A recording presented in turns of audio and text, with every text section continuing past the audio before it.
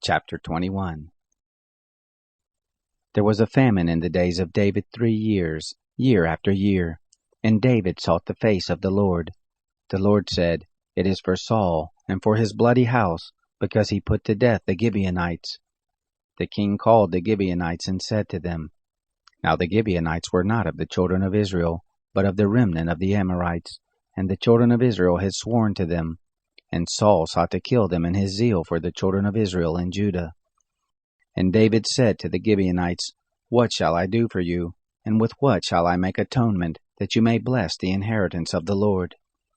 The Gibeonites said to him, It is no matter of silver or gold between us and Saul or his house, neither is it for us to put any man to death in Israel. He said, Whatever you say, that will I do for you. They said to the king, The man who consumed us, and who devised against us, that we should be destroyed from remaining in any of the borders of Israel, let 7 men of his sons be delivered to us, and we will hang them up to the Lord in Gibeah of Saul, the chosen of the Lord. The king said, I will give them. But the king spared Mephibosheth, the son of Jonathan, the son of Saul, because of the Lord's oath that was between them, between David and Jonathan, the son of Saul. But the king took the 2 sons of Rizpah, the daughter of Aiah, whom she bore to Saul, Armoni and Mephibosheth, and the 5 sons of Michal, the daughter of Saul, whom she bore to Adriel, the son of Barzillai the Maholathite. He delivered them into the hands of the Gibeonites, and they hanged them in the mountain before the Lord, and they fell all 7 together. They were put to death in the days of harvest, in the first days, at the beginning of barley harvest. Rizpah, the daughter of Aiah, took sackcloth, and spread it on the rock, from the beginning of the harvest until water was poured on them from the sky, and she allowed neither the birds of the sky to rest on them by day, nor the animals of the field by night. It was told David what Rizpah, the daughter of Aiah, the concubine of Saul, had done. David went and took the bones of Saul, and the bones of Jonathan his son, from the men of Jabesh-Gilead, who had stolen them from the street of Bethshan, where the Philistines had hanged them, in the day that the Philistines killed Saul in Gilboa. And he brought up from there the bones of Saul, and the bones of Jonathan his son, and they gathered the bones of those who were hanged. They buried the bones of Saul and Jonathan his son in the country of Benjamin in Zelah, in the tomb of Kish his father. And they performed all that the king commanded. After that, God was entreated for the land. The Philistines had war again with Israel, and David went down, and his servants with him, and fought against the Philistines. David grew faint, and Ishbi-benob, who was of the sons of the giant, the weight of whose spear was 300 shekels of brass in weight, and being girded with a new sword, thought to have slain David. But Abishai the son of Zeruiah helped him, and struck the Philistine, and killed him. Then the men of David swore to him, saying, You shall no more go out to us in battle, that you don't quench the lamp of Israel. It came to pass after this, that there was again war with the Philistines at Gob. Then Shibachai the Hushathite killed Saph, who was of the sons of the giant. There was war again with the Philistines at Gob, and Elhanan, the son of Jaarioregim the Bethlehemite, killed Goliath the Gittite's brother, the staff of whose spear was like a weaver's beam. There was again war at Gath, and there was a man of great stature who had on every hand 6 fingers, and on every foot 6 toes, 24 in number, and he also was born to the giant. When he defied Israel, Jonathan the son of Shimei, David's brother, killed him. These 4 were born to the giant in Gath, and they fell by the hand of David, and by the hand of his servants. Chapter 22. David spoke to the Lord the words of this song in the day that the Lord delivered him out of the hand of all his enemies, and out of the hand of Saul. And he said, The Lord is my rock and my fortress, and my deliverer, even mine. God, my rock, in him will I take refuge, my shield and the horn of my salvation, my high tower and my refuge. My Savior, you save me from violence. I will call on the Lord, who is worthy to be praised. So shall I be saved from my enemies. For the waves of death compassed me, the floods of ungodliness made me afraid. The cords of Sheol were round about me, The snares of death came on me. In my distress I called on the Lord. Yes, I called to my God. He heard my voice out of his temple. My cry came into his ears. Then the earth shook and trembled. The foundations of heaven quaked. They were shaken because he was angry. There went up smoke out of his nostrils. Fire out of his mouth devoured. Coals were kindled by it.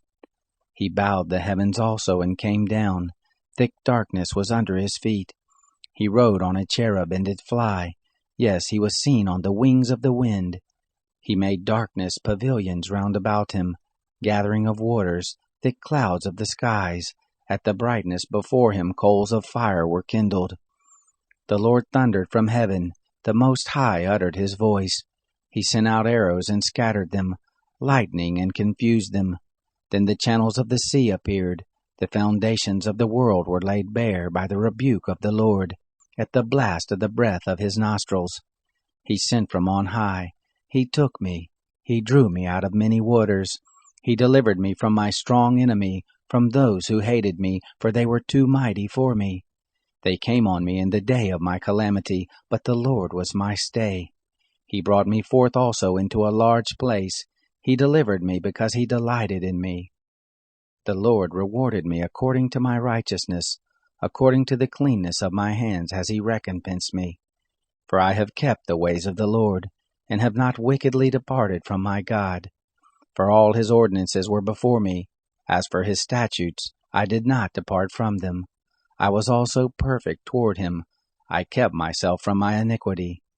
Therefore has the Lord recompensed me according to my righteousness, according to my cleanness in his eyes. With the merciful you will show yourself merciful. With the perfect man you will show yourself perfect. With the pure you will show yourself pure. With the crooked you will show yourself shrewd. The afflicted people you will save. But your eyes are on the haughty that you may bring them down. For you are my lamp, Lord. The Lord will lighten my darkness. For by you I run on a troop, and by my God I leap over a wall. As for God, his way is perfect. The word of the Lord is tried. He is a shield to all those who take refuge in him. For who is God save the Lord? Who is a rock save our God? God is my strong fortress. He guides the perfect in his way. He makes his feet like hinds' feet, sets me on my high places. He teaches my hands to war, so that my arms do bend a bow of brass. You have also given me the shield of your salvation. Your gentleness has made me great. You have enlarged my steps under me. My feet have not slipped. I have pursued my enemies and destroyed them. Neither did I turn again until they were consumed. I have consumed them and struck them through, so that they can't arise. Yes, they are fallen under my feet. For you have girded me with strength to the battle. You have subdued under me those who rose up against me. You have also made my enemies turn their backs to me, that I might cut off those who hate me. They looked, but there was none to save, even to the Lord, but he didn't answer them. Then I beat them small as the dust of the earth. I did crush them as the mire of the streets, and did spread them abroad. You also have delivered me from the strivings of my people. You have kept me to be head of the nation. A people whom I have not known shall serve me. The foreigners shall submit themselves to me. As soon as they hear of me, they shall obey. The foreigners shall fade away. They shall come trembling out of their close places. The Lord lives. Blessed be my rock. Exalted be God, the rock of my salvation. Even the God who executes vengeance for me, who brings down peoples under me, who brings me forth from my enemies. Yes, you lift me up above all those who rise up against me. You deliver me from the violent man. Therefore I will give thanks to you, O Lord, among the nations. I will sing praises to your name. Great deliverance he gives to his king. He shows loving kindness to his anointed, to David and his seed forevermore. Chapter 23. Now these are the last words of David. David, the son of Jesse, says, the man who was raised on high says, the anointed of the God of Jacob, the sweet psalmist of Israel. The Spirit of the Lord spoke by me. His word was on my tongue. The God of Israel said, The Rock of Israel spoke to me, one who rules over men righteously, who rules in the fear of God. He shall be as the light of the morning when the sun rises, a morning without clouds, when the tender grass springs out of the earth, through clear shining after rain. Most assuredly my house is not so with God, yet he has made with me an everlasting covenant, ordered in all things and sure, for it is all my salvation and all my desire, although he doesn't make it grow. But the ungodly shall be all of them as thorns to be thrust away, because they can't be taken with the hand. But the man who touches them must be armed with iron and the staff of a spear. They shall be utterly burned with fire in their place. These are the names of the mighty men whom David had: Josheb, Basshebeth, a Tachamonite, chief of the captains. The same was Adino the Eznite, against 800 slain at one time. After him was Eleazar the son of Dodai, the son of Ahohite, one of the 3 mighty men with David, when they defied the Philistines who were there gathered together to battle, and the men of Israel were gone away. He arose and struck the Philistines until his hand was weary, and his hand froze to the sword. And the Lord worked a great victory that day, and the people returned after him only to take spoil. After him was Shammah the son of Agi, a Hararite. The Philistines were gathered together into a troop, where was a plot of ground full of lentils, and the people fled from the Philistines. But he stood in the midst of the plot and defended it, and killed the Philistines, and the Lord worked a great victory. 3 of the 30 chief men went down and came to David in the harvest time to the cave of Adullam, and the troop of the Philistines were encamped in the valley of Rephaim.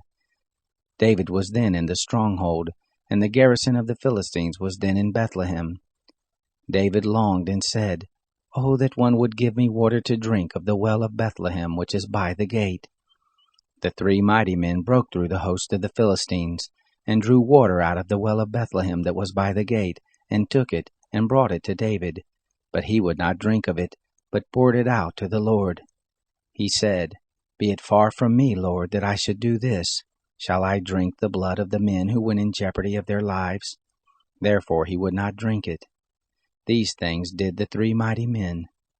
Abishai, the brother of Joab, the son of Zeruiah, was chief of the 3.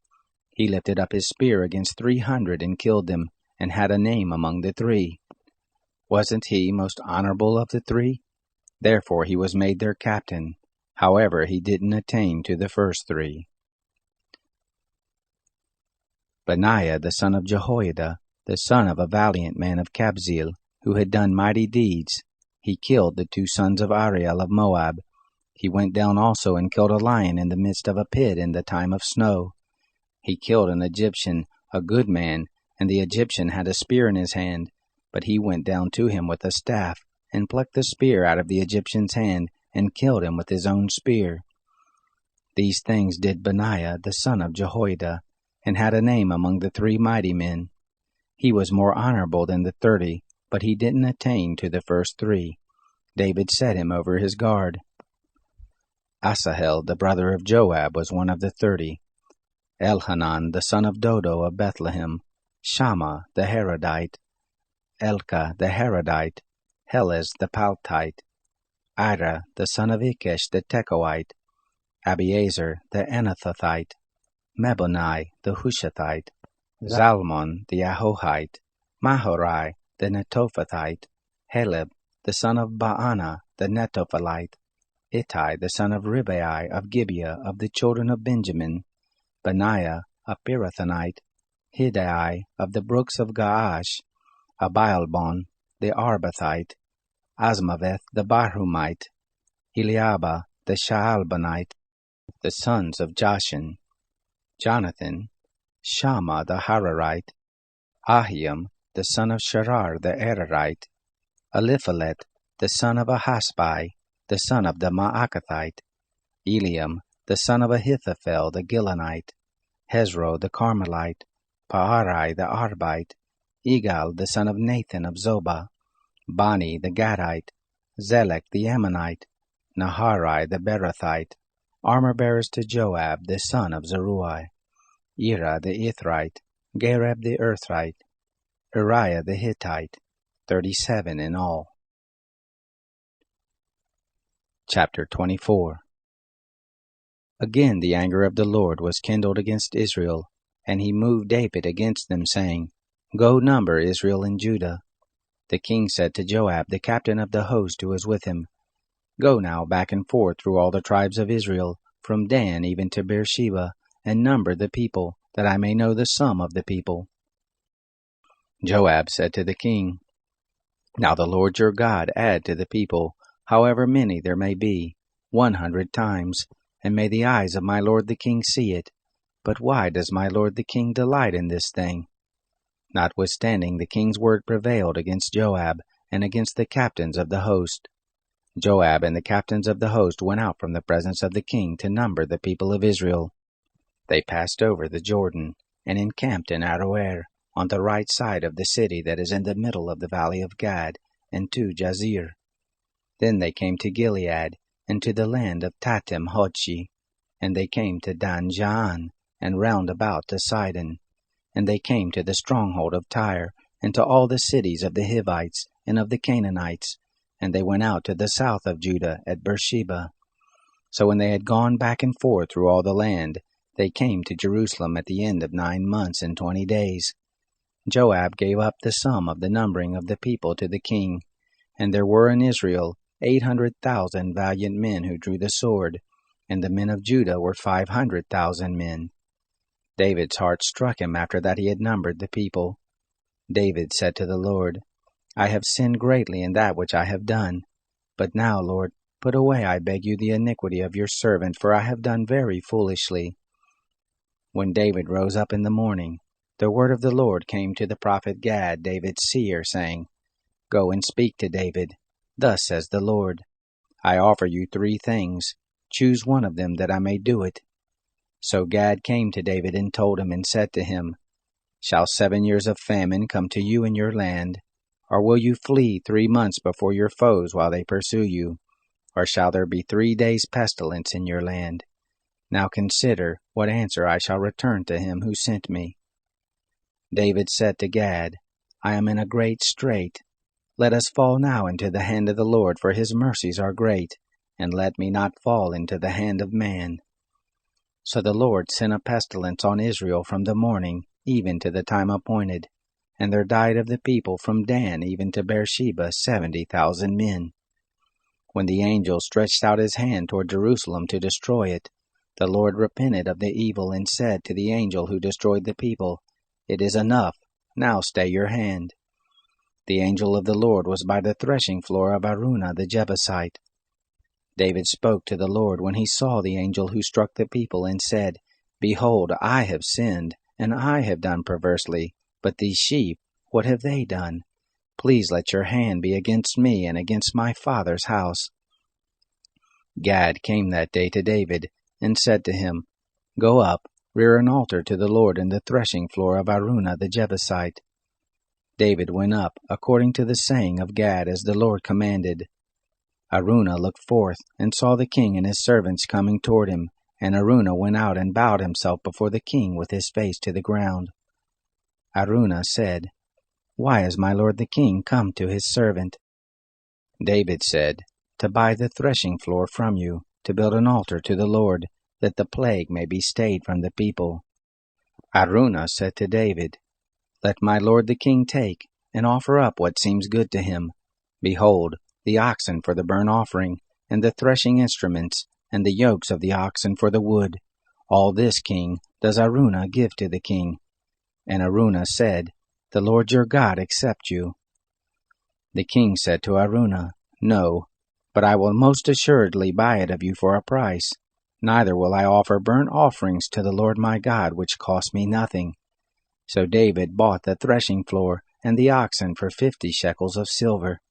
David built there an altar to the Lord, and offered burnt offerings and peace offerings. So the Lord was entreated for the land, and the plague was stayed from Israel.